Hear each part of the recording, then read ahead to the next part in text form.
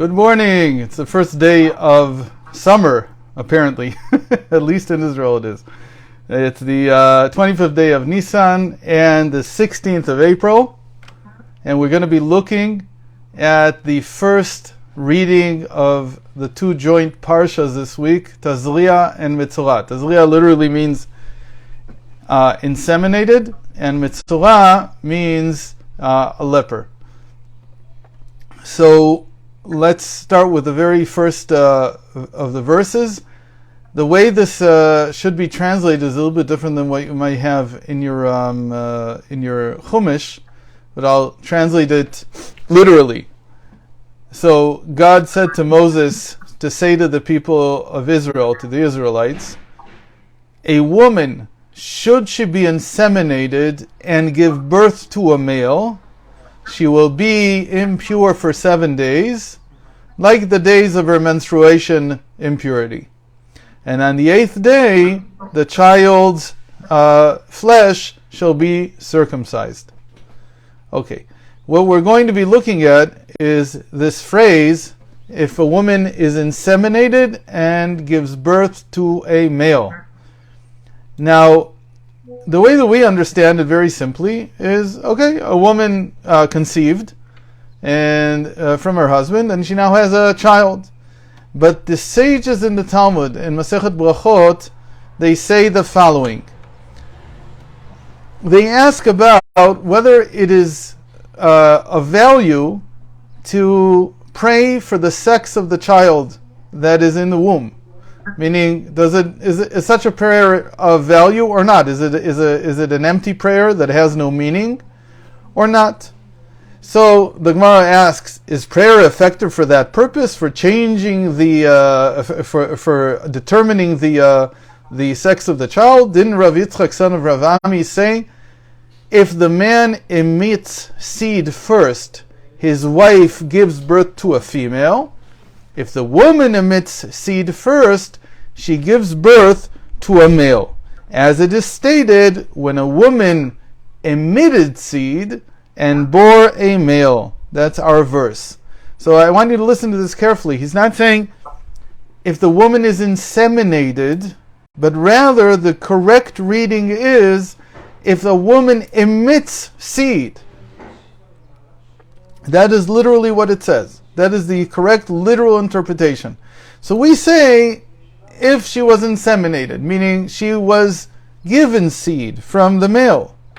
But the words of the Torah are not like that. The Torah uses the word Tazria, not Tuzra. If I would have wanted to say that she was inseminated, the verb would have been Isha ki Tuzra ve'yalda zachar. If a woman was inseminated.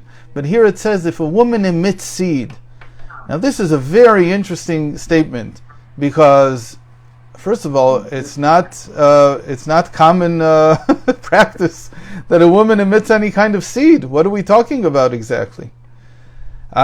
Because of this, a lot of people ignored this, but really this is a very interesting way to say it. So here I want to say something about, in general, about how Torah treats science. Not very many people are aware, but the ancient theory of conception was that both the man and the woman can contribute seed to the fetus. And it only depends who contributed first, whose seed came first. This goes according to a very interesting principle that we have in the laws of Kashrus, that says, Tata'a Gavar, the one that is lower wins. Meaning, whatever was first into the fetus, and then the second seed came on top of it, so the lower seed determines the sex of the child. This is not necessarily Torah. I want to stress. The idea that both the male and the female have seed is not necessarily a Torah idea when it comes to conception. But the sages borrowed it from ancient Greek science. This is what Rav Yitzchak, son of Rav Ami's statement is based on. It seems like it's based on it. But we see right away that he brings a verse going on here. So I want to say this is a very important principle in how to not live according to science, because science always changes. The ancient theory, like I said, was that both men and women have seed that they inseminate to them do. This is not what science says today. Today science will tell you something a little bit more complex, but it will say seed is only from the male. By the way, even the ancient science of the Greeks was changed by Galen. Galen was a famous doctor in Rome in the 3rd century, and he changed the thinking from the way that Aristotelian thinking was. So already within the span of the years of the Mishnah even, science had already changed its mind about how this works. So, what are we saying here? We're saying that the Torah has a principle that is entirely independent of science, that says that there is an insemination from the female side and there is an insemination from the male side. Perhaps this is also true in conception of a child, but it is not necessarily a physical process. It could be that what we are talking about is actually a spiritual process. And so then what would it mean that the man inseminated first or the woman inseminated first? It would mean which one of them came to a conclusion, to the end of the sexual tension and finished before the other. And then they have a very interesting principle. They say that if the woman is the one who's inseminating, the result is a male fetus. If the if the male was the one who inseminated first, he finished first, then the result is a daughter, is a female fetus. And again, this doesn't have to be a physical function. It could be that we're talking about something spiritual. Because the Torah in general is not clear about it. It doesn't say, am I talking about something spiritual, something physical? I'm only telling you the end result. The end result was that she gave birth to a male. And the mitzvah is, from here we learn, from these verses, that on the 8th day we need to circumcise that male. Torah doesn't live from science. But if science seems to concur with what the Torah is saying, then the sages will borrow from it. They'll say, this is the same thing as what science says today, that the male and the female both inseminate, which was in the time of the Talmud, which was an accepted theory. And then, again, it was supplanted by Galen, but not everybody accepted Galen's point of view.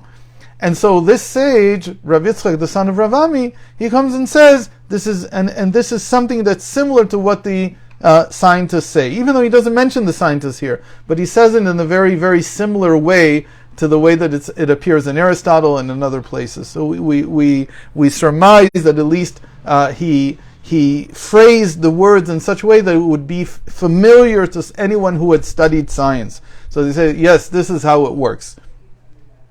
Let's talk about it spiritually. Spiritually, the idea here is that when there is an awakening of the female, of the feminine, the result is a male. What does that mean?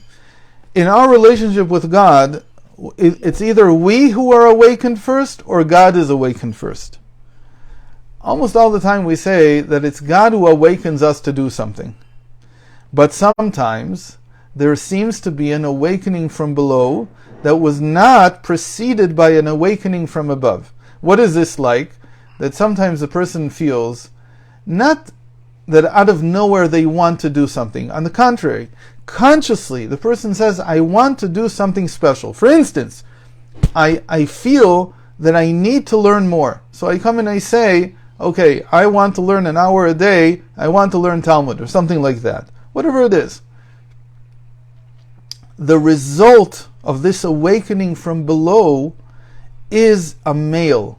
And by male we mean something that later in the prophets is explained to be something that has permanence. Whereas the feminine in the prophets is something that is passing. So it's saying something very interesting, that if we awaken from below, the results are more permanent than if God awakens us from above. Because when God awakens us from above, the result is a female. The result is feminine, and that's something that's passing.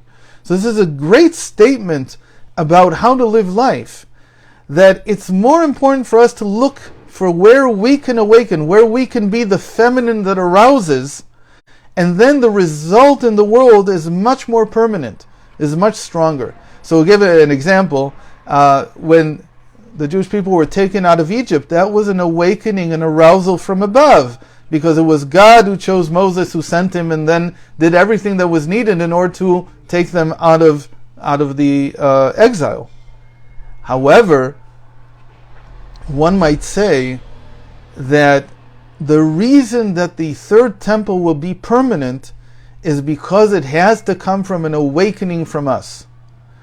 We could say very easily that even the awakening to return to the land of Israel was something that came from above. It wasn't necessarily something that came from below. In other words, people didn't come and say, look, we have to do this.